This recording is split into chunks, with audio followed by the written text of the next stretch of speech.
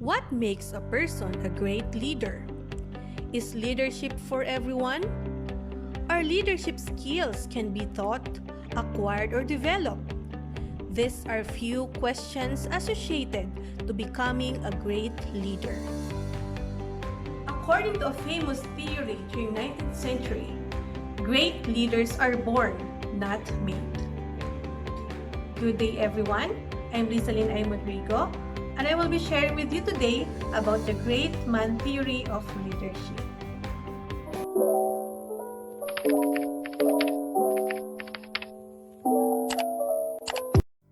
Great leaders are born, not made. This famous quote sums up the basic tenet of the great man theory of leadership, which suggests that the capacity of leadership is innate.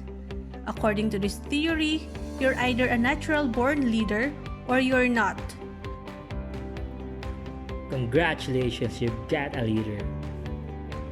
The term great man was used because at that time, leadership was thought of primarily as a male quality, especially in terms of military leadership.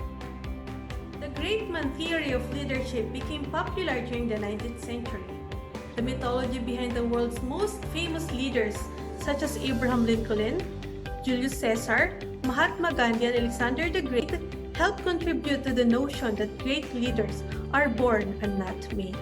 In many examples, it seems as if the right man for the job seems to emerge almost magically to take control of a situation and lead a group of people into safety or success.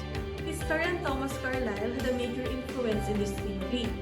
He stated that the history of the world is but the biography of great men.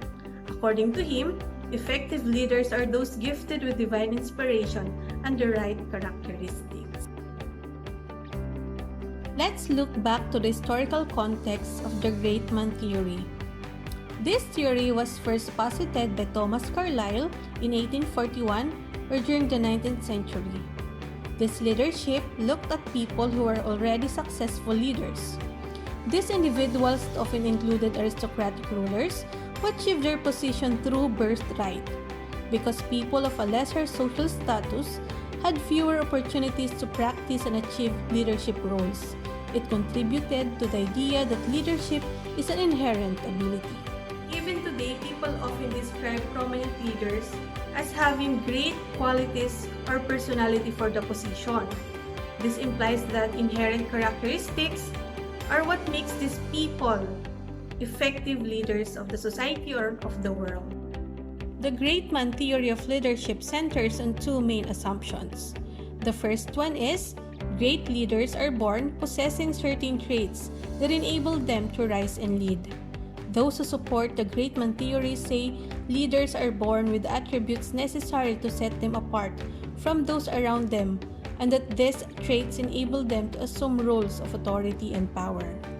The second one is great leaders can arise when the need for them is great. Great leaders are heroes. According to this theory, the accomplished great feats against the odds on behalf of the followers. The great man theory of leadership essentially implies that those in power deserve to lead because of the traits they've been endowed with. Not everyone in Carlyle's time, however, agreed with the theory's assumptions. That results to criticisms. A noted philosopher, sociologist, biologist, and political theorist of the Victorian era, Herbert Spencer, viewed the great man theory as childish, primitive, and unscientific. He believed that leaders were products of their environment. He advocated that before a great man can remake his society, the society has to make him. Despite Spencer's argument to the contrary, the great man theory remained the popular and predominant theory for explaining and understanding leadership until the mid-20th century. As the behavioral sciences grew, so did the idea that leadership is more of a science that can be learned and measured. Those with opposing views say leaders are shaped and molded by their times as the traits necessary to lead are learned and honed. However, much like the question of nature versus nurture, There are those who still support the great man theory of leadership and the idea that men and women leaders are born and not made. How about you? Are you a born leader, made leader, or both? Thank you for listening. Bye!